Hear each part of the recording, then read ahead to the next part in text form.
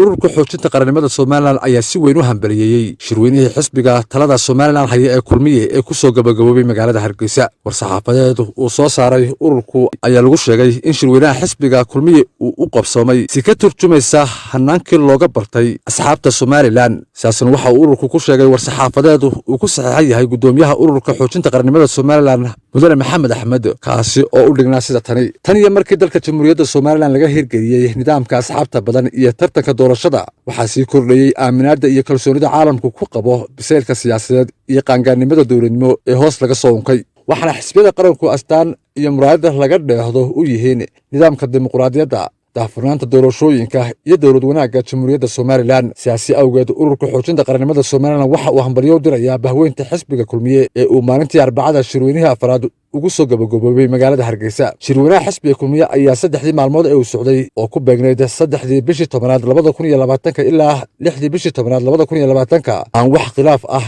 iyo buuq toona ka dhicin, waxaana lagu doortay hoggaan cusub, hay'adihiisa fulinta iyo golayaashiisa kale ee qaanuuniga ah. ururka xoojinta qaranimada Jamhuuriyadda Soomaaliland waxa uu guud ahaan asxaabta qaranka ku dhiirigelinayaa inay halkaa ka sii wadaan dadaalka ay ugu jiraan kobcinta iyo horumarinta nidaamka dimuqraadiga ah ee dalku ku dhisan yahay, mar walbana ka fogaadaan wax kasta oo ka hooseeya haykalka qaranimada, taasoo ah dariiqa ugu wanaagsan ee shacabka lagaga saari karo qabyaaladda, kala qaybsanaanta iyo weliba dubdhaca nololeed. guusha Soomaaliland waxay ku jirtaa gamcaheena oo wada jira, qarankeenna oo mid ah iyo cadowgeyna oo aynu meel ka wada abaarno, ayaa lagu soo gabagabeeyey war-saxaafadeedkan uu soo saaray gudoomiyaha ururka xoojinta qaranimada Soomaaliland.